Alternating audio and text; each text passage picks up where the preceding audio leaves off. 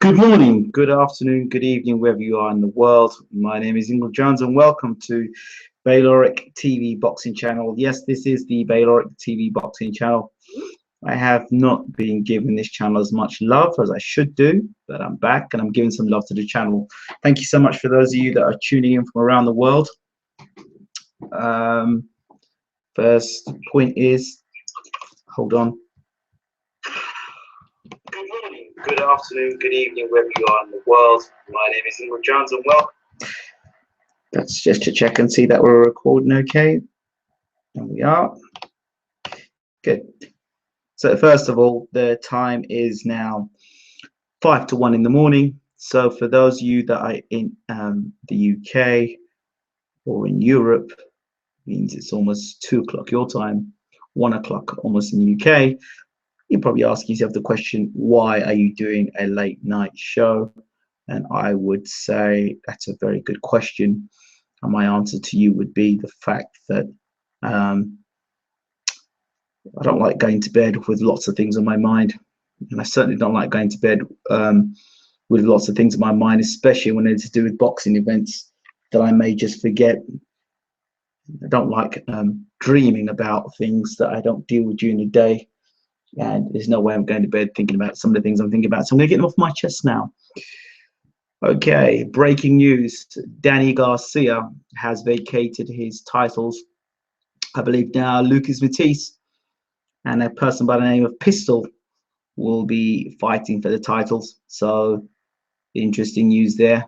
Danny Garcia, as far as I was concerned, lost this fight to Peterson and lost this fight against the other guy he fought and lost to.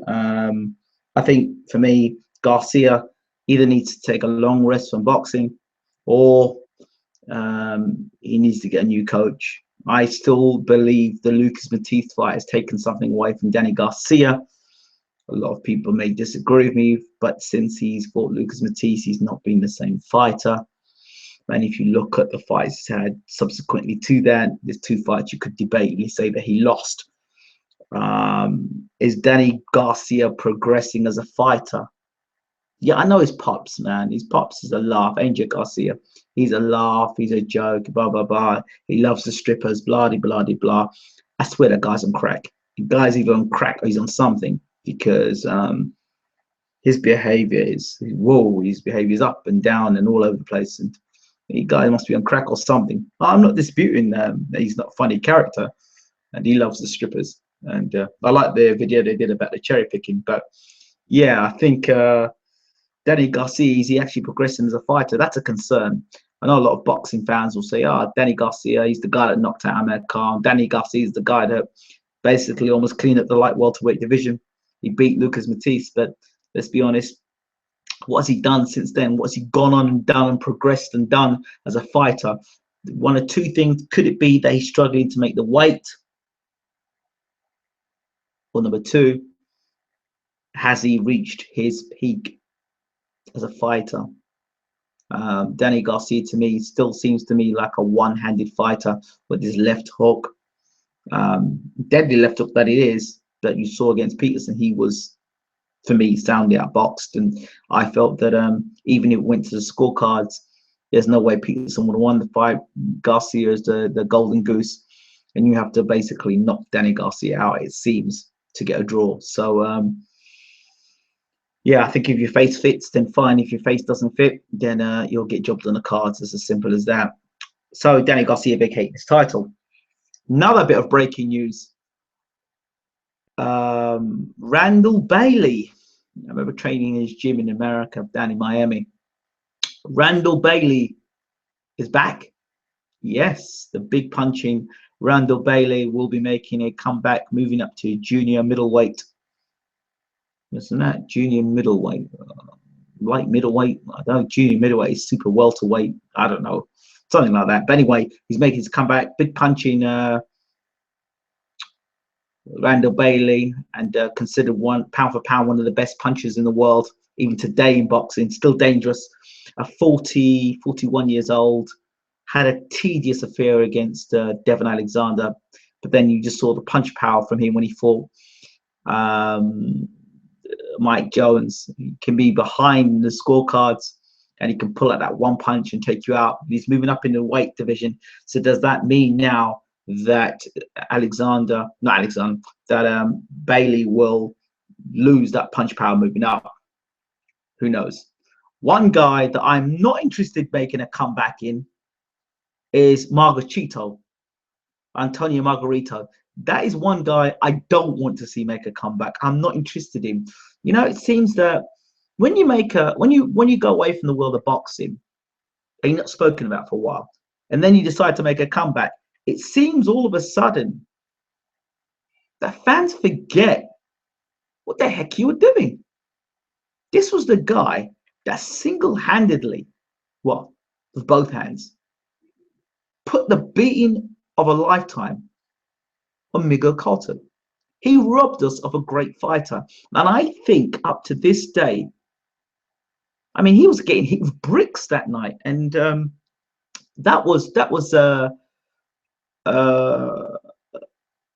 damaging fight for Cotto. I think that has robbed us of a great fight in Miguel Cotto, because I think to myself, Miguel Cotto was walking through fighters and beating fighters up impressively. He was looking really good, like a real hunter.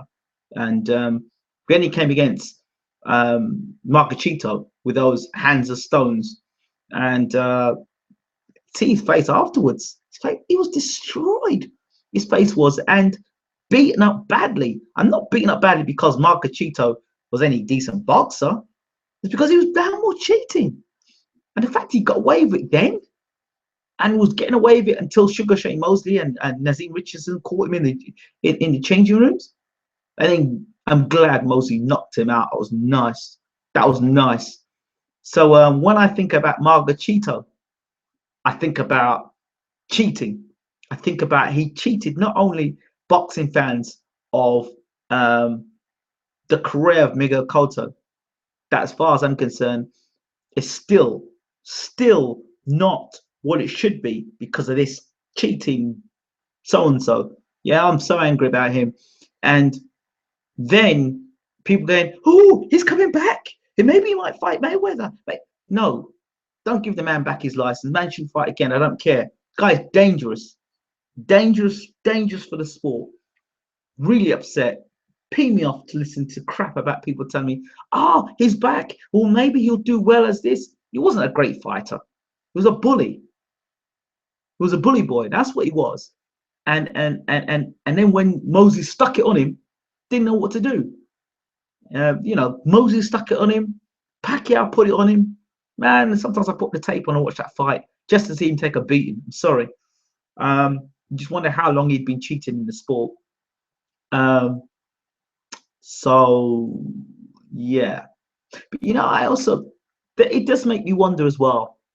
And here's just the point: if he wasn't caught that night,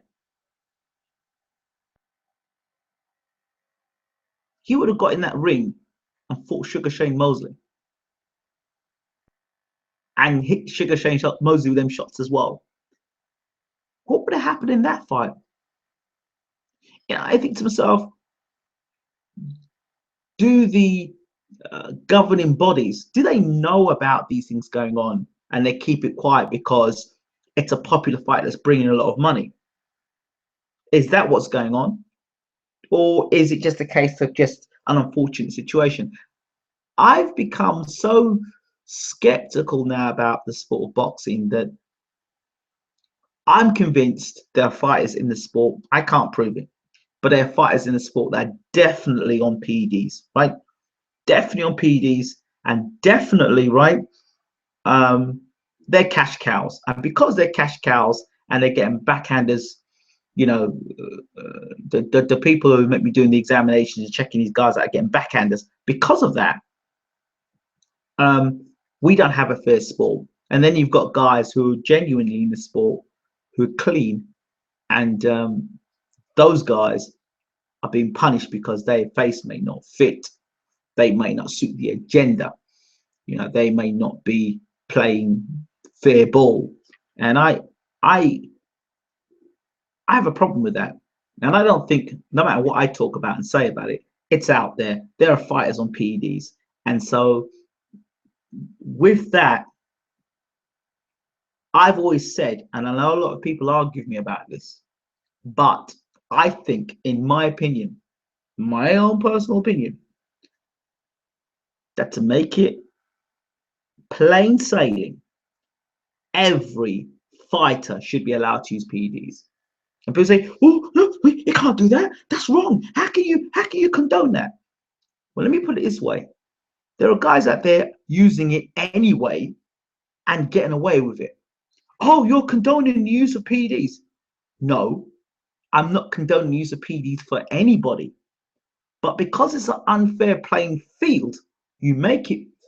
You know what? If these guys are doing it round the corner, round the bend, and getting away with it, right? Then everybody should be able to do it. Then we've got a good playing field. But mind you, having said all of that, there have been fighters that have been up to their eyeballs in PEDs and still get knocked out. So, hey, I think good skills and PEDs are a lethal mix. That's all I'll say on that. And it doesn't give you a proper scale of if a fighter's very good based on natural skill, or if a fighter is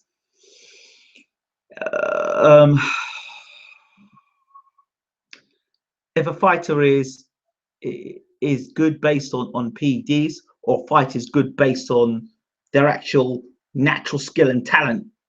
How can we tell? We don't. We can't tell. We can only be based on what we see on the television, because we can't examine them all. So there's my problem there. Let me just stop now for a second to see who's joined us. There's 5 people viewing at the moment, but I know that's going to grow in a minute. Let's see if there's anybody in the room talking. Yeah, let's see. Does anybody say anything? Let me check across and see. Ah, here we go.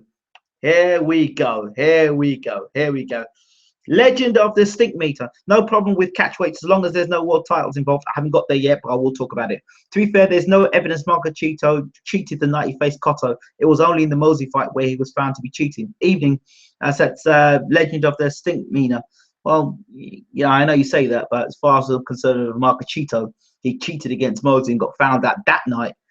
Was that the night that he came to end of his cheating? That remains to be seen, but he got caught that night, and that's enough. Redmond says, good evening, guys. Evening, Mr. Redmond. Should you not be up? Bad time this mate. TBV on the same time. Is it? What's TBV? Here's the issue. Every fighter's trainer can be in the dressing room during the raps, so I blame Cotto's team. Very interesting point there. Nobody's here. If Margarita Cheetah. Ruben Caddick says, oh, look, it's happening. All right, Ingram? You're so funny. That's how you do me now. Hatman. Thank you. Cheers. Appreciated. Legend of Stinkmeaner says, I actually suspect he wasn't cheating the night he beat Cotto. Cotto just wasn't prepared for the pressure. He always been a fighter who marks up easy.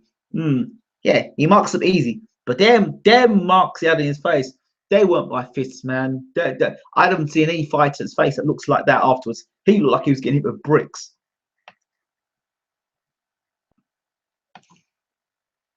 Nobody here. One says, I think put in the hands of the fighters. The Stinkmeater says he fought a better fight and was more prepared in rematch. Okay. Hatman, it's Ruben. Me, Ruben, who used to be in your group. Ruben, you're not funny. There's one part of that, but that's anything in life. Like the video, guys. Nobody here. You shouldn't have a problem with it.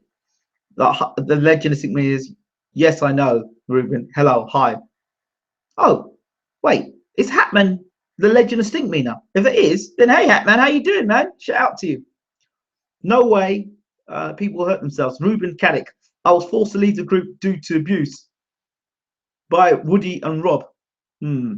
Well, maybe you shouldn't be so abusive.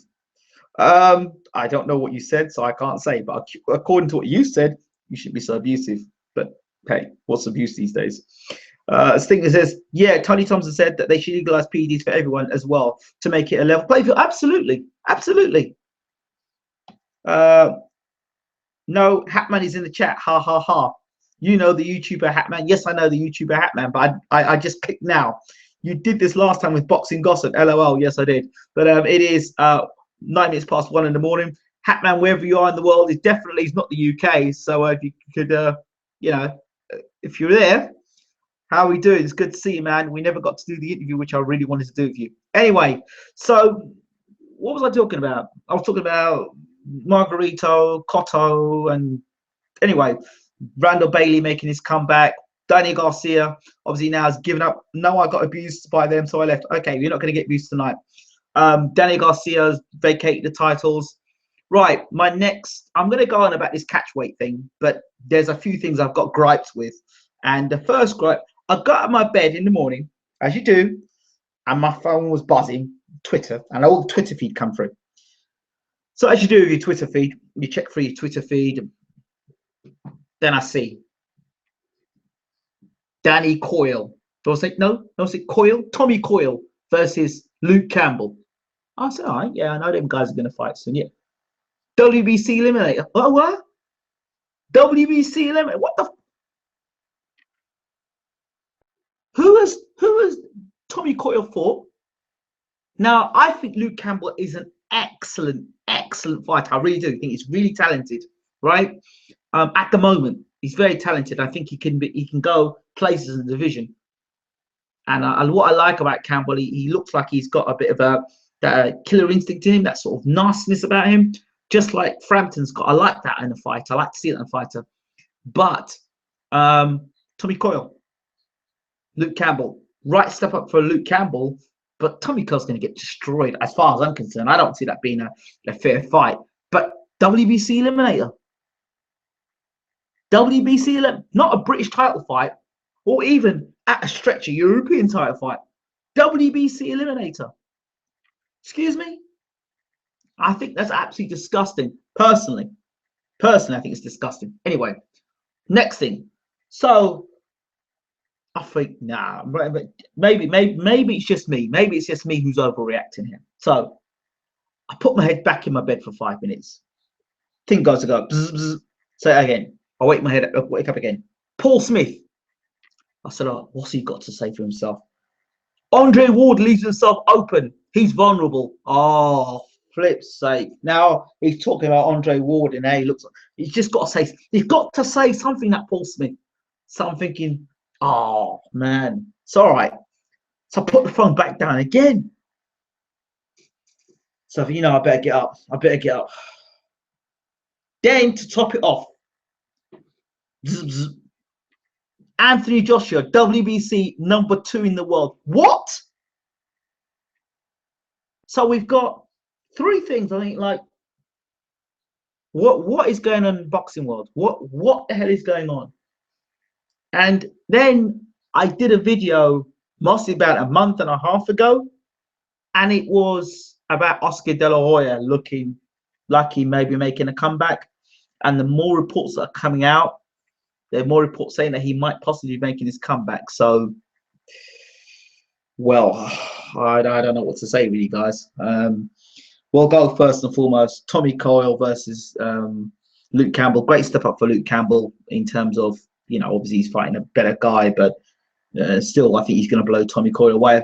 In terms of Paul Smith versus Andre Ward, he's saying that Ward looks very vulnerable. If I were Paul Smith, I'd keep his mouth shut, because first of all, he was never a big super middleweight. He's now going to be fighting a guy who is natural light heavyweight, or probably come in the ring cruiserweight on the night.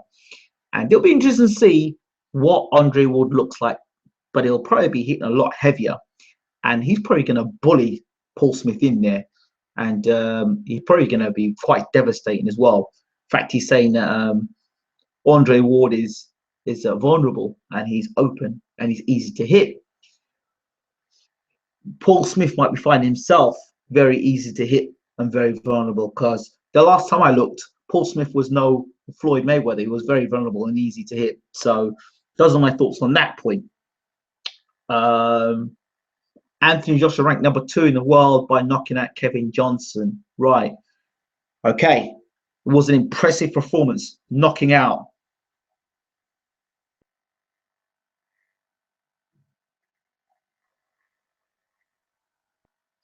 Right, hold on a second.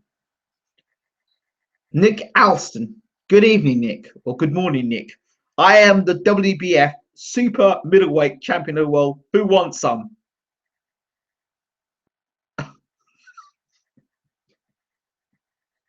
You've got no fans. You've got no fans. Good evening, Nick.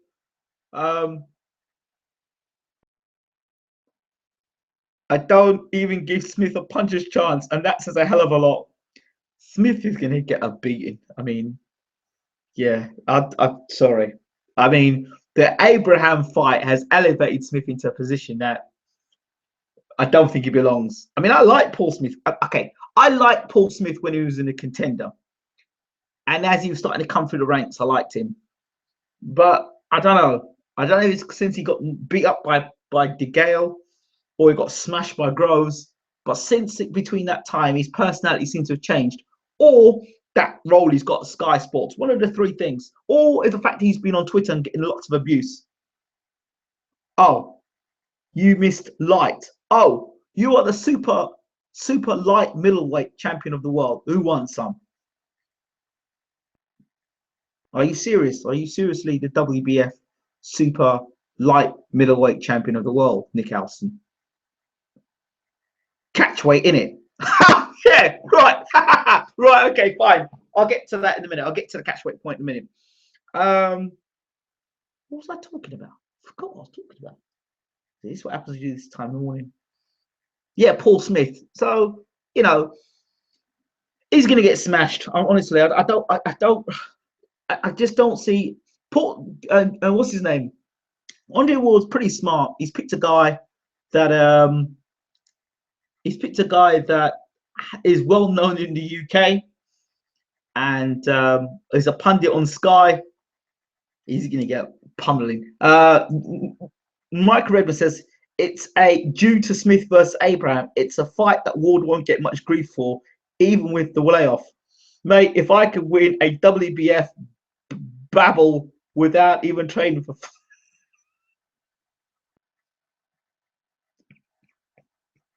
Listen, somebody said this the other night day to me, and it's quite true.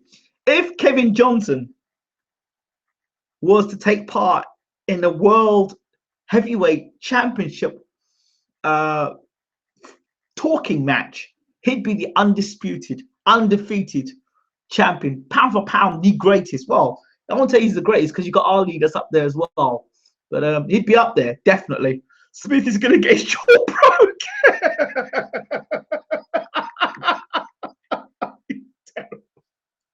Right, okay. So the debate, serious now, the serious debate I'm going to have. Oh, before I get into the debate about the catchweights, one other thing. I want to talk about you know, it's like a Christmas decoration. Oh, you're so funny. I like it. Before we get into that discussion about the catchweights, I want to talk about GGG.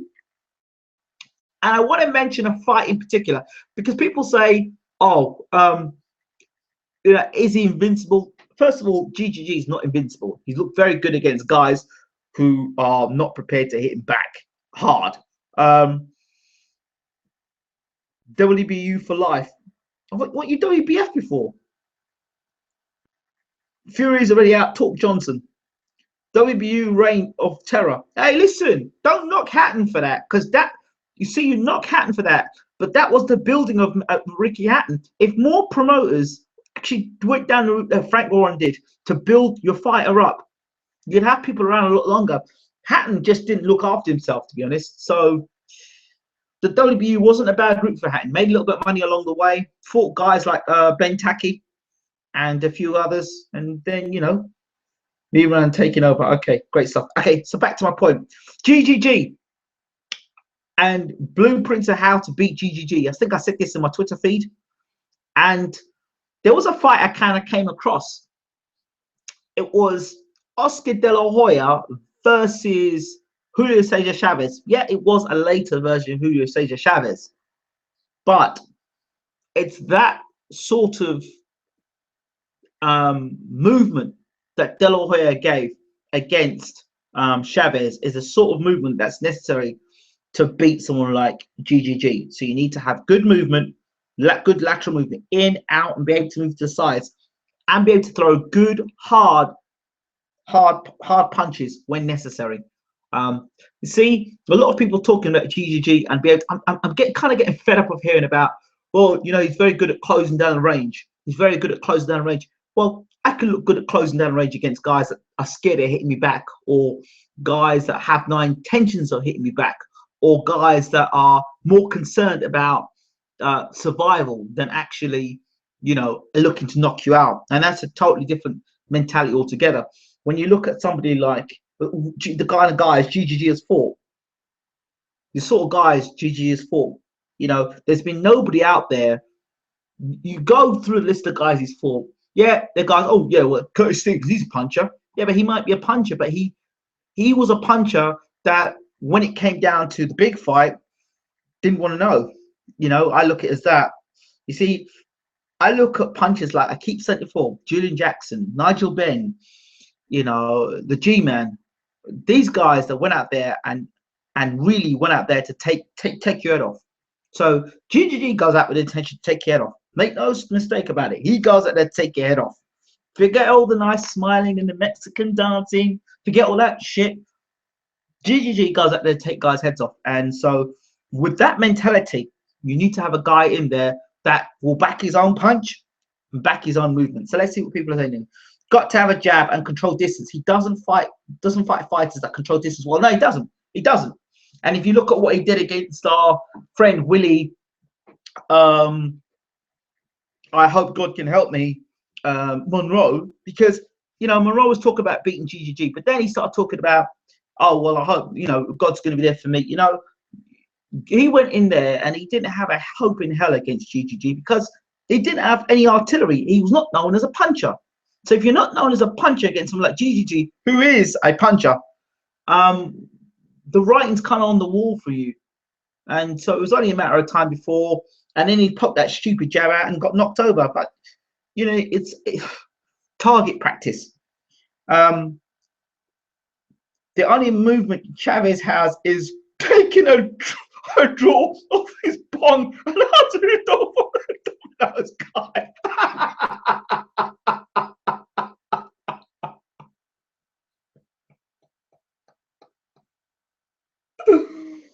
Oh, smothering. Yeah, you say smother GGG. Yeah, you can smother him. I think if you can get on the inside of GGG, that's the other thing. Either you're going to box him from a distance and throw a good, hard, fast combination punches. You go back and see the De La Hoya fight against Chavez, the first fight, not the second fight. The second fight, De La Hoya, for the first, I think, 4 to 5 rounds, he's still doing the same movement, throwing nice, flashy punches. But typical De La Hoya, come round 6 and 7, he starts to tire, and he went in the trenches and went macho with Chavez, which I think is still one of my favorite fights. The second fight against Chavez, good hand speed, good movement, but then he stayed in the pocket, and because De La Hoya has a good chin and a good jaw, he was able to stand in front of Chavez and hit him with a beautiful left uppercut. The other thing with GGG, which I bring comparisons between Chavez, I'm talking Chavez Senior here, not Chavez Junior. Chavez Senior, is that Chavez was vulnerable to uppercuts, and GGG is vulnerable to uppercuts. And in many ways, they seem to fight alike. That sort of plodding forward. You know, at the moment, GGG looks like a wrecking machine, but against the better guys in the division, will he be known as just a plodder? That's, you know, you look great now against guys who are not hitting you back. GGG needs to plant his feet. When he starts planting his feet, he's more likely to get hit on the chin harder, because you now, when you plant your feet, you're then going to absorb more. So I'm not sure if I'd be planting any feet. And his training camp, and according to Abel Sanchez, like I've said before, they have no interest whatsoever in changing the way that they fight. They're going to keep fighting the same way. Well, someone says, if it's not broke, don't fix it. Well, I say, you know what? Don't wait for it to get broken. Make the adjustments now. So that's what I would do. But there you go. So take a look at that. Hatman, if you're still in the room, I'd like to hear what you've got to say about that. It'd be great to hear your views on that. Yeah, back to the Miguel Cotto fight against Daniel Gill, and that's the whole catchweight debate. Should be getting coaching from Cotto and Roach on that headbutt. Left duck, headbutt, left hook, awesome. Yeah, that headbutt. That was a good headbutt though. I mean, to get the right hand to the right hand to the belly, touch the belly, headbutt, left hook. Now I don't know if that was intentional at left hook, that headbutt, but if it was a great. Only a top fighter with a jab and distance can beat GGG. There are a few fighters like that.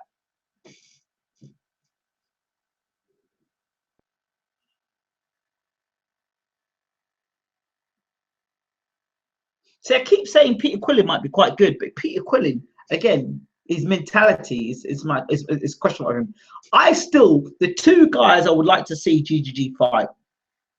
Two guys I'd like to see fight. I would like to see Lemieux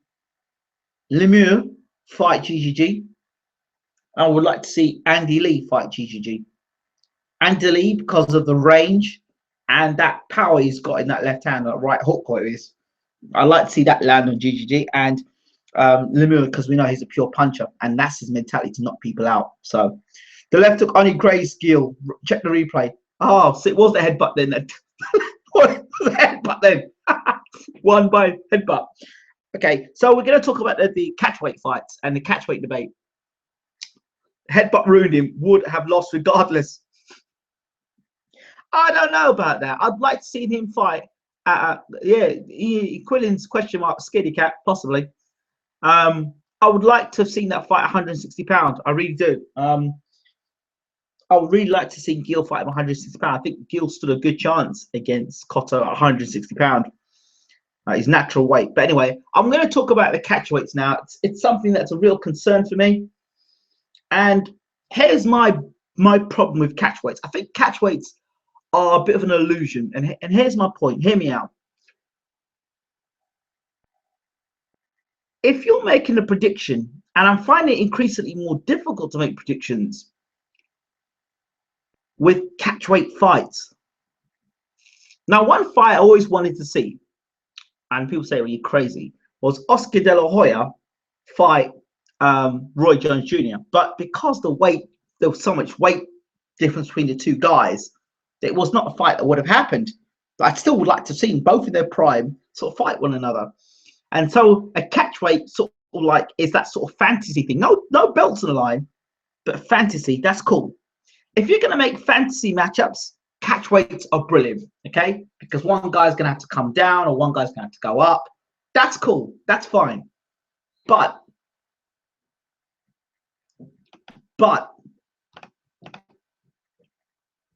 if you're doing catchweight fights for world title fights, that's where I have serious issues. Now, serious.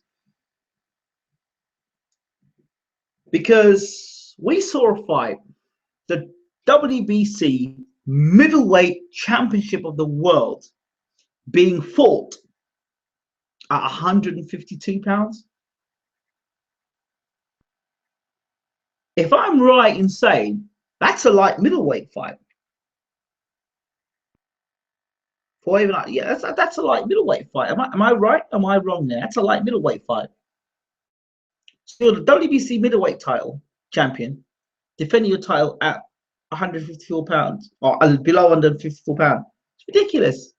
And then that guy who you see as a 160-pound fighter is drained of all the nutrients to make the weight so you to get the fight. So basically, fight fans, whether you like it or not, you've been robbed of good fights. Here's another example. I don't believe there's a belt on line for this fight. Adrian Broner against Sean Porter. Sean Porter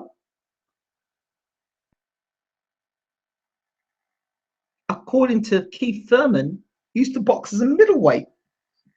So Porter's pulling his body down from middleweight down to welterweight. So now he's pulling himself from welterweight down to what, light welterweight? If that is not going to take away Porter's best attributes, which are physical strength, being able to sustain it over 12 rounds, as wild as Porter is, and he has no real game plan, as wild as Porter is,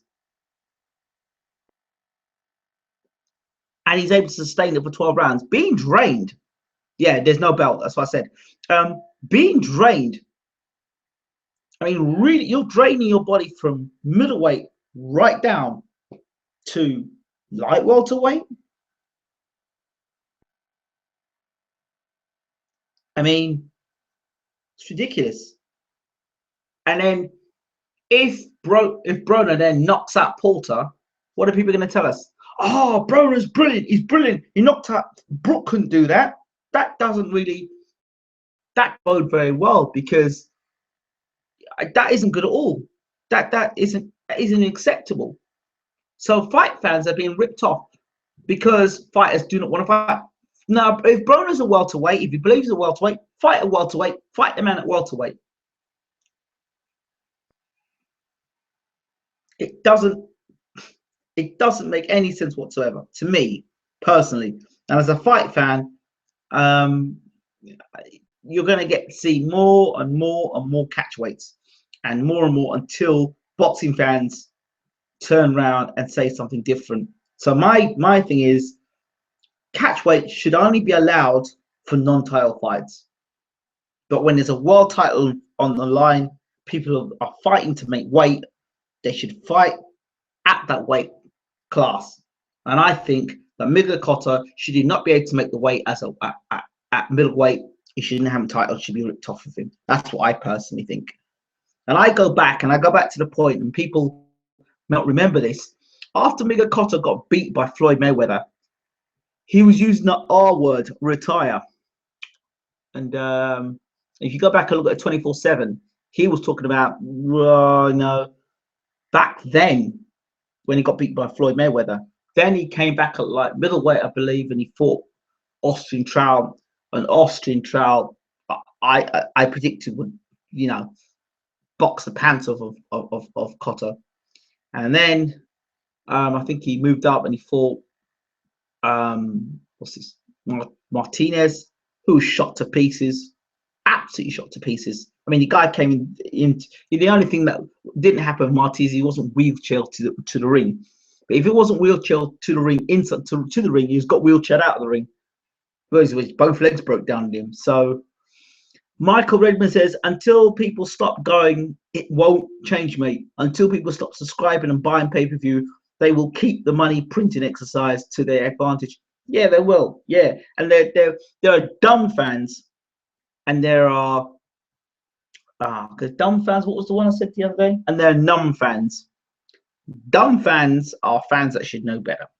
Numb fans are fans that don't know better but think they know better. There's a difference, and they're the worst fans to talk to. Absolutely the worst fans, because they only see their way, and they believe that, for example, Eddie Hearn is so charismatic at this minute in time. He can make Coyle and Campbell a pay-per-view event, and there are idiots out there that would pay for it. Okay, the last pay-per-view event he did was all right, but I wouldn't call it pay-per-view. See, the more of these watery pay-per-view events that go out there, the less pay-per-view becomes valuable, and it just becomes just another event.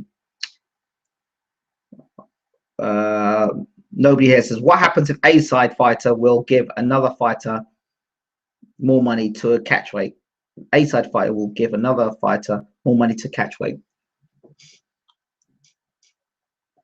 The money shouldn't come into it. I mean, if you're catchweight, if someone like Sean Porter, money shouldn't come into it. You've got a career there, and boxing is not like football. You get paid a little bit more when you come and play at my club. When you're losing that sort of weight, Nobody's seen Sean Porter fight at that weight. That's the first thing. And secondly, you're drawing all those nutrients off your body. That it means that's water coming off the brain there. So that's cause for things like brain damage and dehydration. How is he making the weight? Those are concerns for myself. That's what I'm concerned about. Really concerned about that. Broner is obviously Heyman's first choice. Well, I heard different stories. I heard stories that Porter was on the stuff. I heard that Broner, Heyman couldn't stand him, wanted to get rid of Broner, and that's why he gave him Porter. So Porter would smash him up. But then that don't make sense, because if you want Porter to smash him up, then you would get Porter to fight at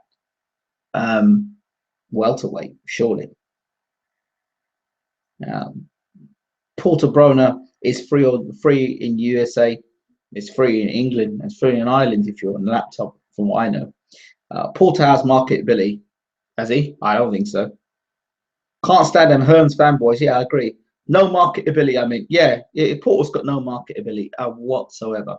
His marketability was when he fought Malignaggi or Malignaggi.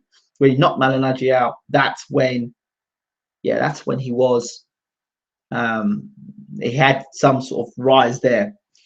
And I guess what happened was probably, I can imagine, Al Heyman was in the crowd when Porter fought Brock. he looked like he went, screw him.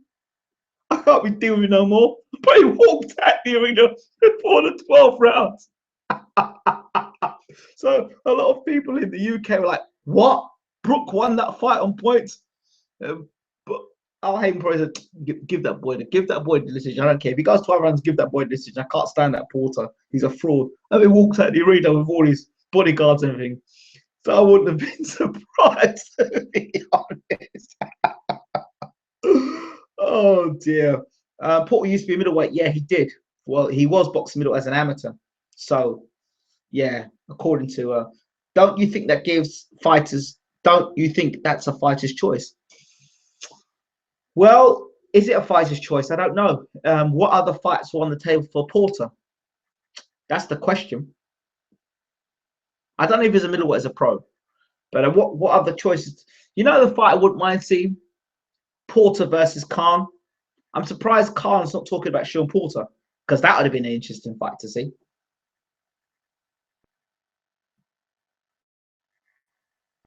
Yeah, that would be a very interesting fight to see. Yeah, so those are my thoughts about the catchweight. I think if it's a title fight, then they have to fight at that weight, and if it's a non-title fight, how about this? How about this for an example? Check this one out.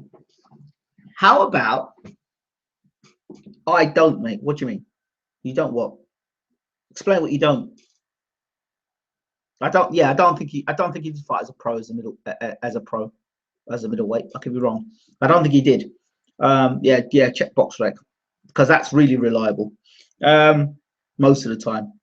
What was I going to say? Yeah. How about this, boxing fans? How about nobody won? Let me know what you think about this. How about all the world title fights are in the main divisions? Middleweight. So there's no super middleweight. It's middleweight,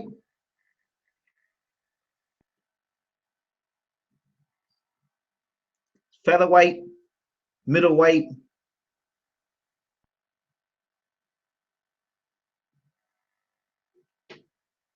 light heavyweight or cruiserweight, and super heavyweight.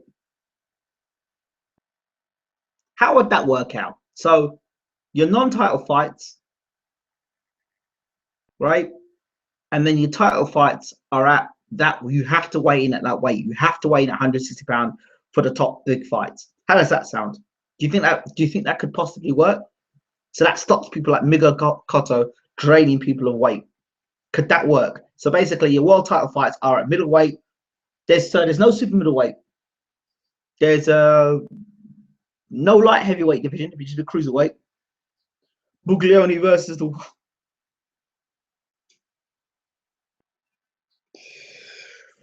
Yeah, I don't know if anyone saw my interview with Frank Buglioni. I can't believe I went up to him and said the things I said to him. But yeah, I was interviewed while Turan basically said that if you didn't change your training, you were going to get beat, mate, and you got beat. I did say in the interview to him. No wonder Buglioni probably doesn't want to do any interviews with me now. Porter fought at super welterweight in his early fights. Yeah, light middle. But he's super welterweight is our light middle. Yeah, right, he's light middle. Yes. So yeah, he was a middleweight though. He was a middleweight as an amateur.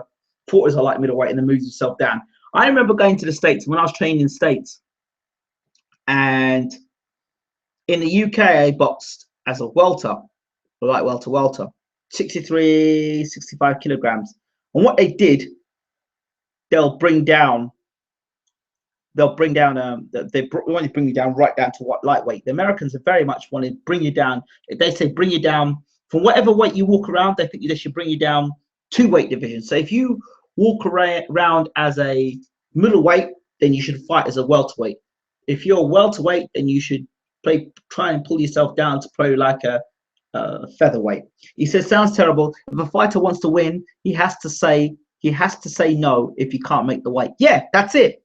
Exactly. That's my point. So if you had you go back, okay, I'm not talking about the lower weights, straw weights, they sort themselves out. So you had featherweight, welterweight, middleweight, cruiserweight, super heavyweight. They're the 5 main big divisions, right? You have to weigh that particular weight for, I think, even the super heavyweights. Maybe they have to start weighing in as well. But I'm not so worried about them. But the other weight divisions, you have to make the weight. You have to weigh that much on the night. Well, you have to weigh, on the scales that day. And those are world title fights. So that cuts out all the stupid catchweight fights. And if you have a cruiserweight, that's fine. Cruiserweight division, and then you've got the super heavyweight division. So guys like Klitschko, Fury, Ustinov, Vac, Thompson,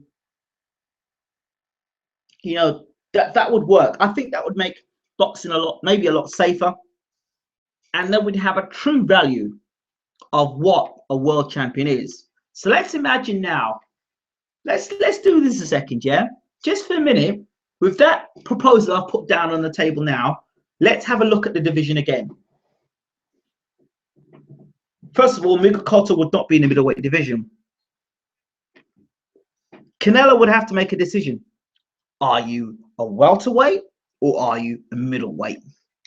Who else?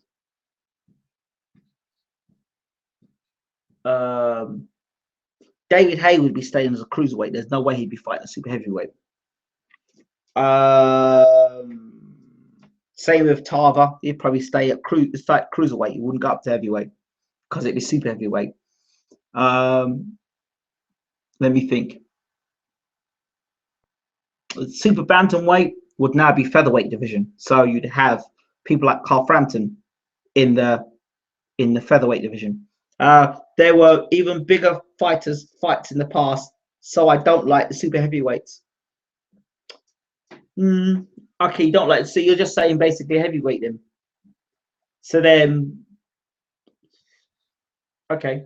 So what about the cruiserweights? So I've jumped from the middleweights right to the heavyweights. So that's why I did the super heavyweights, and I've left the cruiserweight division.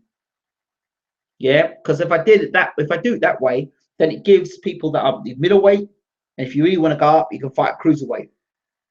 And if you fight the cruiserweight, then if you really think it's something, you can go and fight a super heavyweight.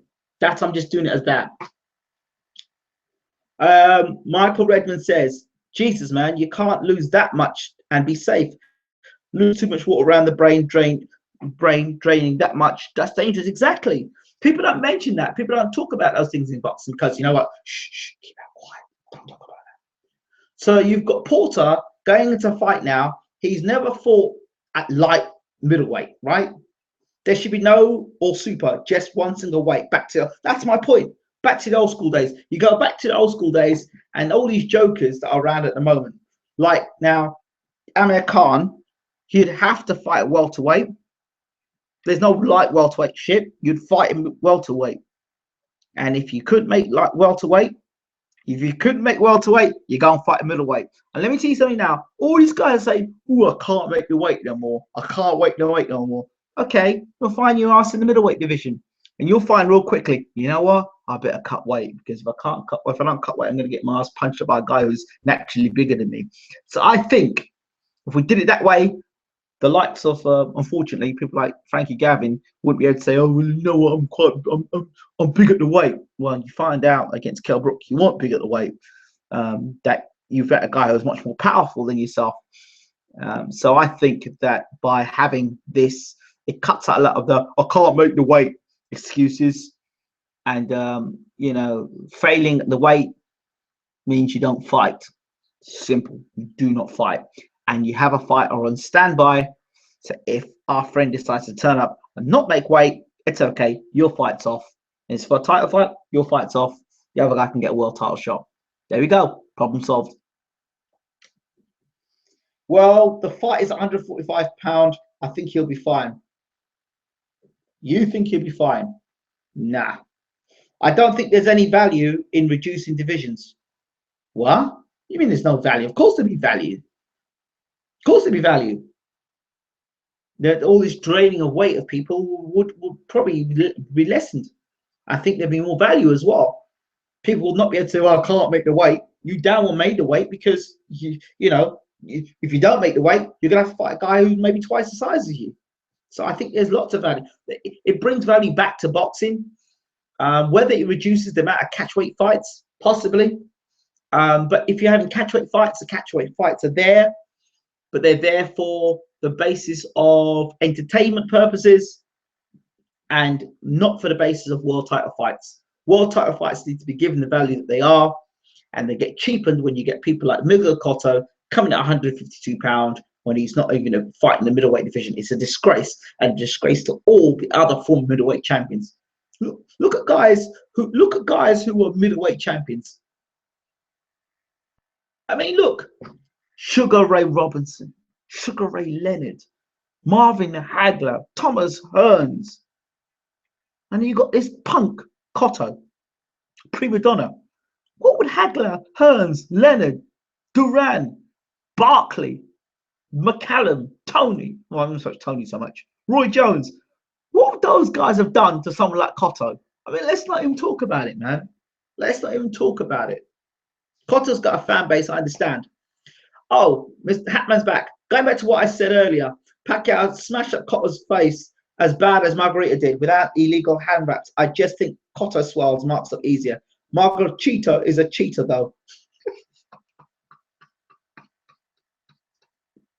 Thanks, Hatman. Yeah, he absolutely is a cheater, and I don't want to see him. I don't want to see him back in the ring. I don't want to see his face again. I don't want to see his ugly mug of a face again. I really don't. And if it does, probably if it comes back, he'll probably go to Virgil Hunter. Dempsey fought Greb, then fought for the heavyweight title. Billy Conn fought Joe Louis. Okay, great. I agree the weight classes issues need to be addressed. The guys who are welterweights are now actually super middleweights. And so there you go. There is my point. There is my point. Right. So as an example, right? Floyd Mayweather weighs in for a light middleweight fight.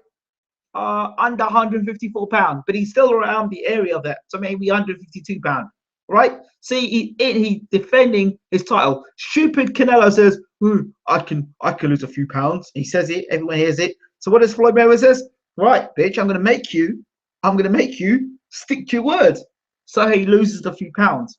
Okay, what does Canelo come in weighing on the night? What, 160 pounds? To me, that sounds like a middleweight. Just saying. There's a point there. How much did Maidana weigh when he fought Mayweather? Just saying. How much did Gatti weigh when he fought Joey Camacho? Just saying. Joey Camacho, I mean, he won a substantial amount of damages from that fight. That's probably one of the most brutal knockouts there are in boxing. And yeah, he was overweight for sure. I think it's much ado about nothing. I think it's much ado about something. I do. I think anybody who's been in the ring and boxed, much ado about something, losing weight. If you are boxing, I've known you lose weight, you don't have the same snap in your punches, you don't have the same vitality or the same sort of you're more studying. Your body wants, your body is used to eating a certain amount of food, right? My idea, best way for you to do this is to try, like some of these guys will do, some of these boxers do, starve your body, like just survive on just drinking water for 2 or 3 days. Do that for just 2 or 3 days. All you guys out there that think, oh, it's much ado about nothing, just drink water for 2 or 3 days. Just drink water alone, no food, just drink water. 2 or 3 days, all right? And when you finish drinking that water for 2 or 3 days, don't go in the boxing ring thinking you're so great. Go in the boxing ring and have a spar for a round and see how you feel. And then you'll say to yourself, oh, I need to be eating something here. Oh, I'm feeling a bit weak. Oh, I'm feeling slightly dizzy. Well, then take that little situation there and then take that into a professional boxer's career and the sort of shit that they have to deal with on a constant basis. I personally, Miguel Mariah Carey Cotto, I personally look at the guy that's a B-side, that's a catchweight, is a loser. Yeah, I would say so. Not only the catchweight guy, but the fans tuning in to watch the catchweight guy fight, because the fans tuning in to watch the catchweight guy fight are expecting to see the catchweight guy fight like you would do at his normal weight division, right? So you're expecting, look, it's example, I made this example the other night. It's like saying Mike Tyson, right, at heavyweight, and he's not the biggest of heavyweights, 15 stone something, said, you know what, Mike, I really want to see you fight David Haye in a fantasy matchup. I want you to lose. I want you to come down to 14.5 stone and fight David Haye. Then he fights David Haye, yeah? And David goes in and cleans out Tyson in a round, hits him first, bam, knocks him out. But you tell me, oh, Haye's the man. Haye's the baddest man on the planet. Blah, blah, blah, blah.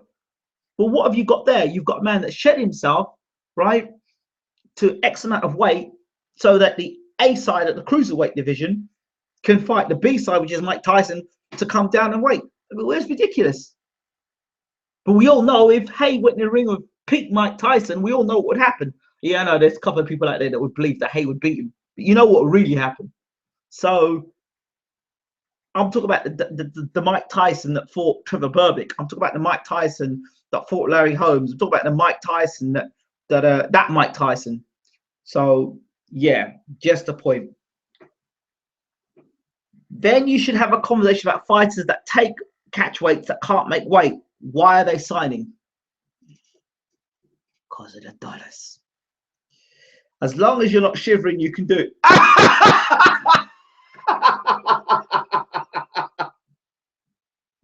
You're joking.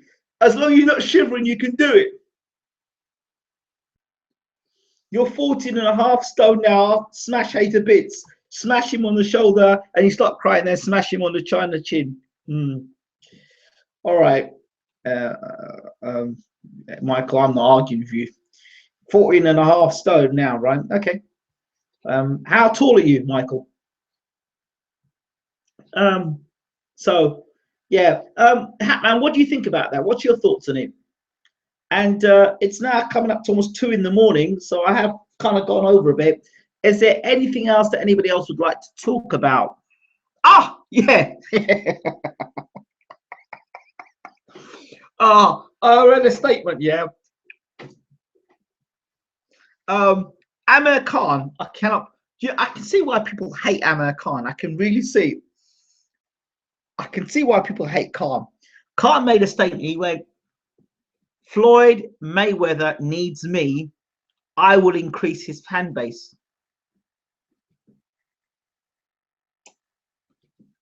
Floyd Mayweather, 6'2". Wow. Floyd Mayweather is the highest paid athlete in sports entertainment. He just banked 200 million.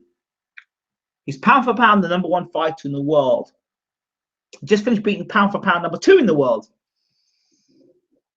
He has held on to the world title for God knows how many years, retired, come back, won a version of the world title against a man who's been knocked out by Breeders Prescott that nobody knows about. Then he's been chinned by Danny Garcia. Before that, he was getting dropped by Willie Lemons. Was it Michael Gomez? You remember that? Remember those fights? He blamed it on weight. Amir Khan blamed it on weight when he was getting knocked down as a lightweight. Simi went up to light welterweight, and he got knocked out by Garcia, and now he's at welterweight. Guess what? He's still got chin problems because in the first round he got rocked by the big punching Chris Algieri, right? So with that in mind, once again, Paul Smith has something to say. Paul Smith says that Amir Khan is the right fight for Floyd Mayweather, and that Floyd Mayweather is scared of Amir Khan, and he's got the opportunity. He believes he can beat Mayweather. What are these guys on? Are they paid to say that crap or what? Redmond says Khan's funny as hell. He's so dumb. He's great comedy value. He is. The legend of Stickman says there is no one in this chat that could smash hate to bits. he says Michael Redmond says if I land on that chin, sleeping time for Dave, mate. That's as bad as Porter thinking if he beats Pony, he can beat Mayweather. Khan can't beat an egg with whisk. Oh, and to close the night off, for you Fury fans, and I know there's a few of them out there, even if you're not tuning at the moment, Frank Bruno, the former WBC heavyweight champion of the world, I've got to say it because he was, even for one fight. Old Frank, yo Frankie boy. Yeah, he thinks that Tyson Fury has a real opportunity to become the undisputed heavyweight champion of the world. I don't know. I don't know. Does he stand a chance? He's in there. He's in there. The fight's soon to be announced, I believe. And James El Bashir thinks it's a 50-50 fight. Tony Bellew thinks it's an interesting fight. Yeah. So, all you heavyweights are shithouses. Well, the moment of truth is coming for Mr. Tyson, and I will, fingers crossed, be talking to him shortly. So I know you guys have been asking for it. Tyson Fury, wicked. Not me, Harry. Wicked.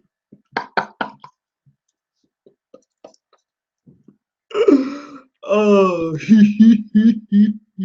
I mean, yeah, it's possible. It's possible. But he's got to put it together. This is the fight. Fury's going to put it together. So, oh, just finally, I wanted to hear people in the room whether you could drag any big guy off the street and they could drop a lot of professionals if they had a free shot at their chin. It's really not saying much. It's what Tyson says, mate. It's this tagline. Shit houses. I'm a fighting man. Fighting. That's what Tyson says. He's a fighting man. But, yeah, he's going to get his opportunity to be a fighting man. I don't think.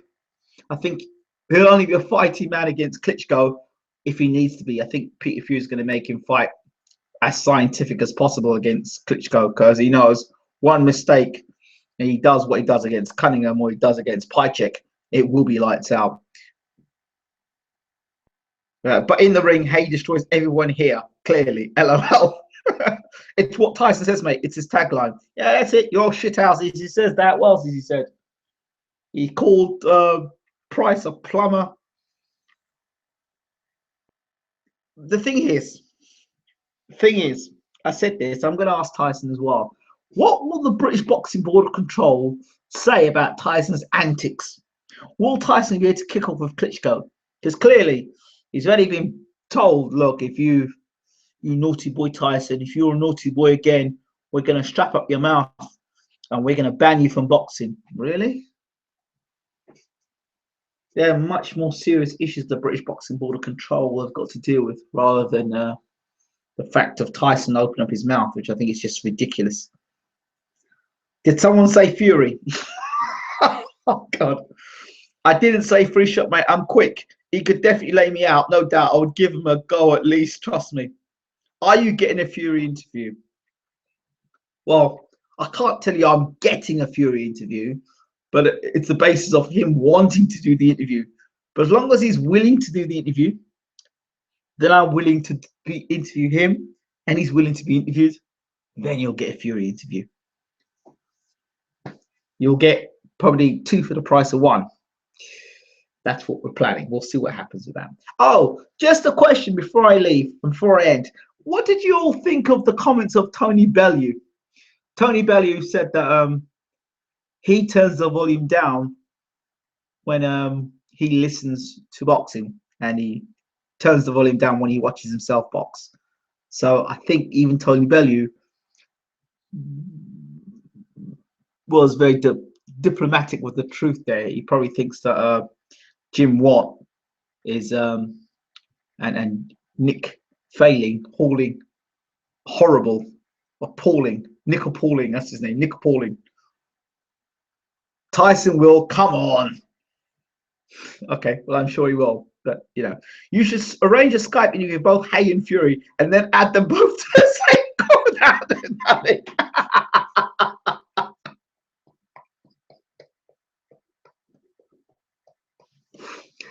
I love the interview those two had on the ringside, where he says they were talking about racing one another, and David Hayes looked at him and says, you could beat me in a race, because I could beat you in anything, that Hayes says. And I think Fury turned around and says to him, I don't know about a race, but I'm definitely beating you.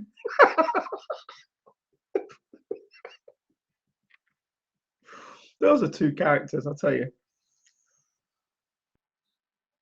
Brilliant, that comment. Wonder if Watt's seen it or heard of it. Well, you know what? That's the man I want. That's the man I want. You know, I have interviewed Jim Watt before. Sadly, the volume was turned off. No word of a lie. Got the footage. I recorded. I was talking to Jim Watt for about 10 minutes. It was all right. It's quite cool. But it was a bit reckless. Reckless interviews. It's arm punches. It's reckless boxing. I like Jim, but I think he's kind of, I don't know if he's got stale or Jim has. But back in, if you listen to Jim Watt when Eubank was fighting Ben the first fight and the second fight, Jim Watt was okay.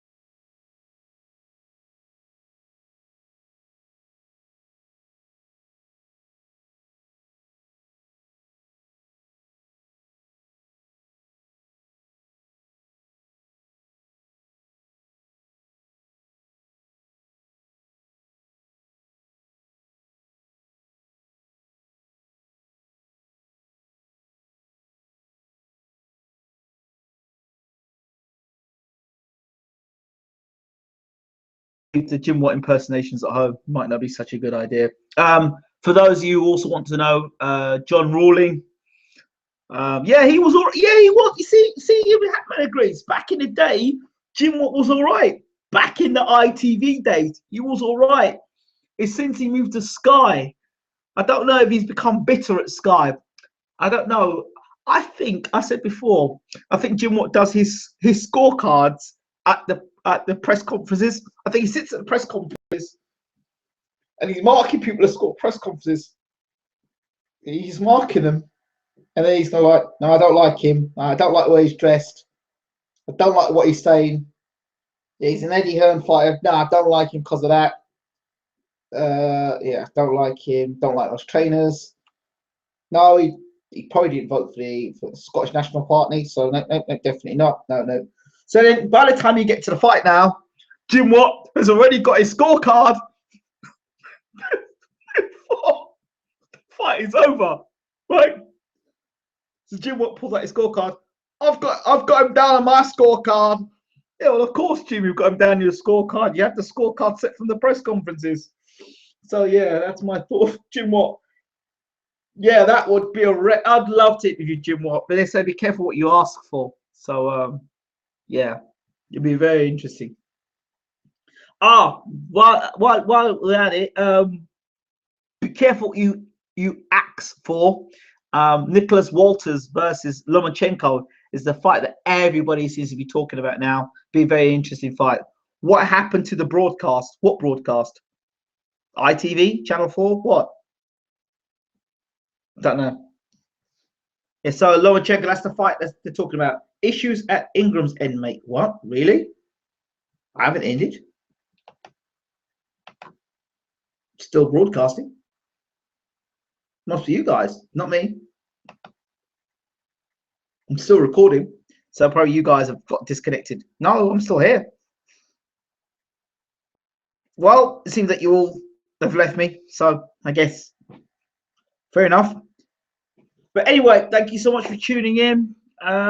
Finally, just to add, John Rawling has agreed to get an interview done with myself. So I'll be chasing up John Rawling shortly. It'd be great to get an interview with him.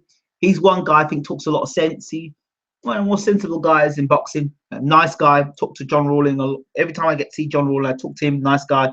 I've interviewed John Rawling before, so it won't be a debut or such, but he'd be a great guy to talk to. Put down the guys you'd like me to interview and why you'd like me to interview them, and you know, be good to get some new interviews in. So, okay, guys and girls who've been watching, thank you so much for watching. Thanks for tuning in. It is now 6 minutes past 2 in the morning, and I think I've got everything off my chest, I believe. Catchweights, Paul Smith, Tommy Coyle, and Campbell, Porter, and Broner, Randall Bailey, Margachito coming back, Oscar De La Hoya considering coming back. Yeah, Bruno thinks that Fury is going to become heavyweight champion of the world. So yeah, I guess that's it. Guys, thank you so much for tuning in. Really appreciate the love. And I hope we have a good boxing weekend. Deontay Wilder fights Molina. I haven't really talked much about it because there really isn't much to talk about. Wilder will probably win the fight by knockout within 3 rounds. I think it's an exhibition fight before he fights somebody. He's got to fight somebody more credible. So, right, I'm out. Gossiped enough. Guys and girls, guys, take care. Girls, take care. I'm out.